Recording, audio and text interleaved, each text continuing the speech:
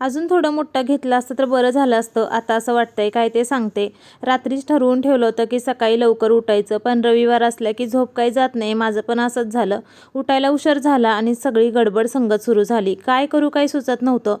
इकडं सांबारसाठी कुकर लावला होता, इकडं आता इडल्या करायच्या होत्या आणि चहा प्यायला वेळ नव्हता. त्यावेळेला असं वाटलं अजून जरा मोठं भांडं घेतलं असतं तर बरं झालं असतं. एका वेळेला 30 ते इडल्या निघाल्या असत्या. पण त्यावेळेला विचार केला नको, कशाला बारकंच घेऊया असा विचार केला आणि राहिलं.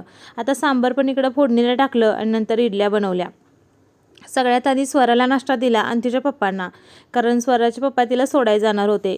ते दोघे गेले. त्याच्यानंतर मी नाश्ता करून घेतला. आता लगेच स्वयंपाकाला लागले, कारण परत दुपारी स्वराच्या स्कूलमध्ये परत टिफिन घेऊन जायचं होतं. आज स्कॉलरशिपचा पेपर असल्यामुळं मुलांच्या आज 4 वाजेपर्यंत स्कूल होतं. सगळं आवरलं आणि परत कराडला गेलो टिफिन घेऊन.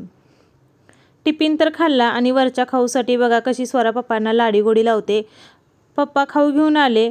नंतर आम्ही तिला सोडलं आणि घरी आलो. घरी आल्यानंतर मस्त असं चहा बिस्किट खाल्लं.